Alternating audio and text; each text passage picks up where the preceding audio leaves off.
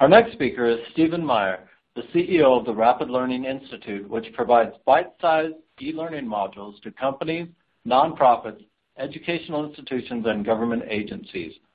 Prior to starting the Rapid Learning Institute, Stephen was the Director of Publishing at the Hay Group, a leading HR benefits and compensation consulting firm. At the Rapid Learning Institute, he developed the model for 6 to 10 minute quick take rapid learning modules. He received his MBA from the Wharton School at the University of Pennsylvania. Thank you for sharing your knowledge with us, Stephen. Take it away. Hi, I'm Steve Meyer, co-founder and CEO at the Rapid Learning Institute. The title of my talk is Small Victories, a New Paradigm in Sales Training. You know, I don't think I've ever met a sales manager who doesn't believe it's really important to train and develop sales reps. If you think about it, selling is just like any other skill, like swinging a golf club or playing a musical instrument. To be good, you've got to practice the fundamentals. You've got to play in front of other people and get feedback and work on problem areas. Even the best golfers in the world have swing coaches, right?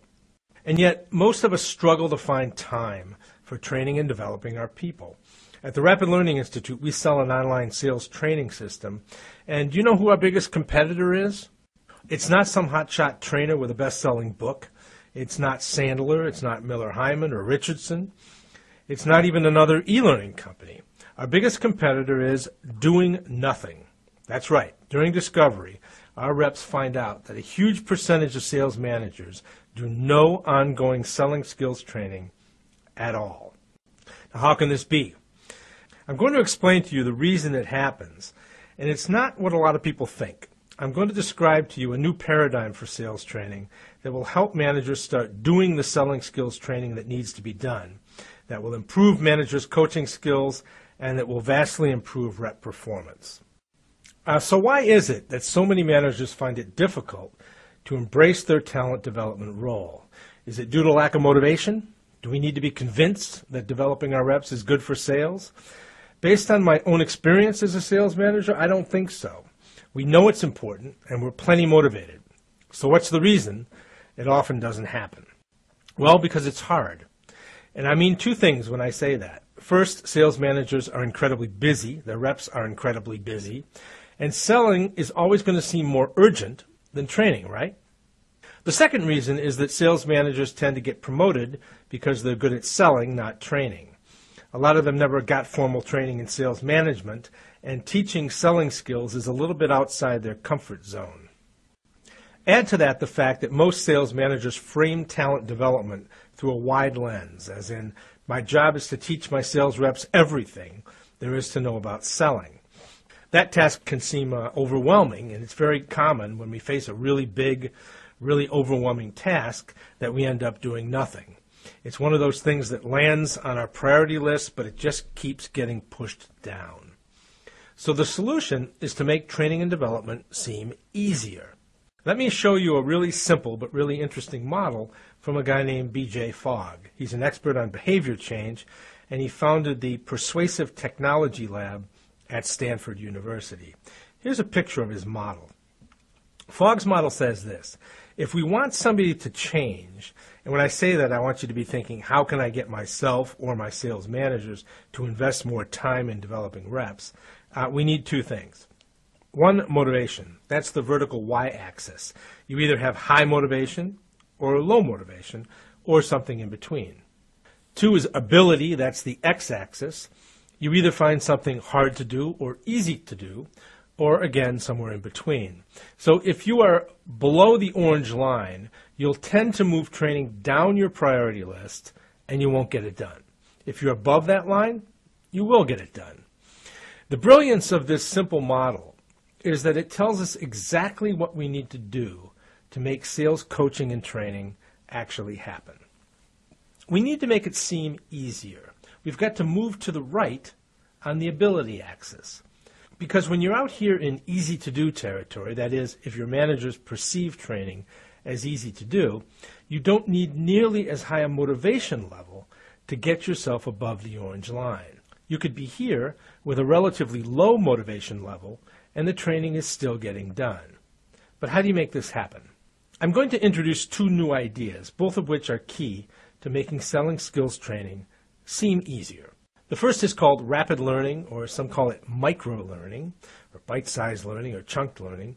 We define rapid learning or micro-learning as brief learning events for today's short attention span workforce.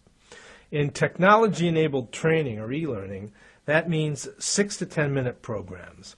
Those of you who have some experience with e-learning know that short modules is not the norm. Until very recently, most e-learning modules were 30, 60, even 90 minutes long, which is way too much for busy sales reps. Even in other types of training, such as instructor-led training, there's a trend right now toward delivering more training value in less time and being more focused. Which leads me to the second key to making training seem easier. And this is the one idea that I want you to take away from this presentation. It's called single concept learning. Think about some of the classic models for sales training you've experienced. Probably the most common is the 2-day sales workshop. You sit in a hotel ballroom in Las Vegas, and a sales trainer delivers a fire hose of really great ideas. You take lots of notes. You go home with a big fat binder. This model is the exact opposite of single concept learning. It's multi-concept learning. And there's a big problem with it. There's tons of research out there on something called cognitive overload.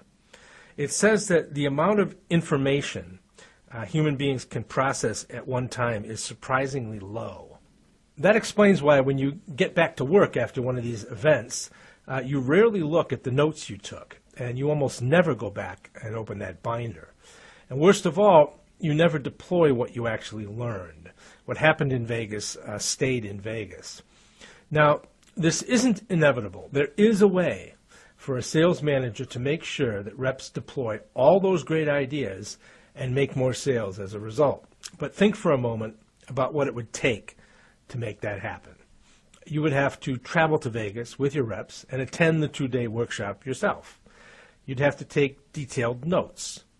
Then when you got home, you'd have to process all that information, prepare extensively for meetings where you'd review the 10 or 20 great selling concepts that the trainer presented. Then you'd have to follow up individually with all those reps to make sure that they're doing everything right. Now back to the B.J. Fogg model. Where does what I just described fall on this chart? You're probably thinking, it's not even on the chart. It's way over here. It's not just hard to do, it is impossible to do. And your motivation is pretty much zero. Single concept learning makes that impossible task seem possible. Single concept learning, or what we call thin-sliced learning, is a paradigm shift in the way we train people.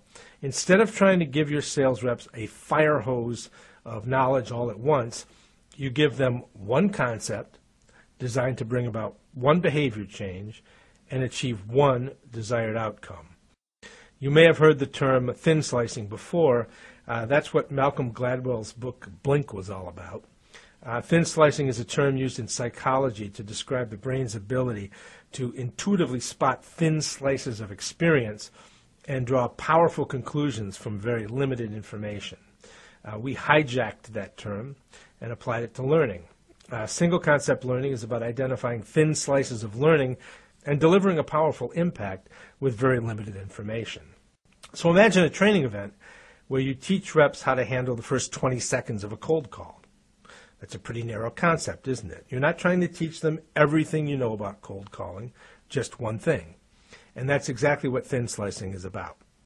Now, there are two major benefits of single concept learning. First, it's far better for your reps. They're busy and they have short attention spans, and even if they'd like to take time for sales training, they see it as a major time commitment, and they won't do it. The second benefit is for managers.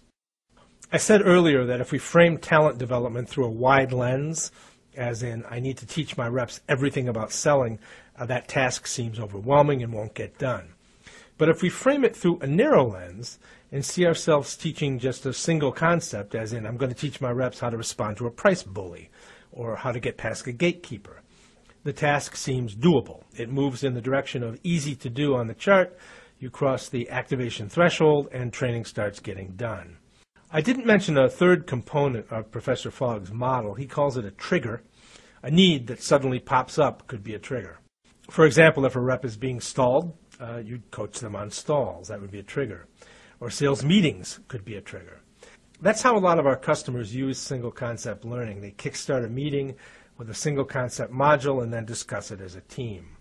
So Professor Fogg says you get behavior change, you get action, when you combine motivation, ability, and triggers. As I said before, I believe most sales managers are motivated to be better talent developers. They know it's good for the performance of their reps and for their teams. They know it's good for their careers to develop their skill. And they feel bad when they can't get around to doing it. With single concept learning as a model, they can get around to doing it. Let me conclude by going back to our title, which referred to small victories. Since the whole point of this talk is to make training seem easier, we might have said, instead of swinging for the fences and trying to hit a home run with training, just go for a single. That's the spirit of single concept learning. And what happens is that every time a manager teaches a thin slice of learning successfully, they hit a single. They achieve a small victory. Let's plot an initial small victory on a chart with a red dot.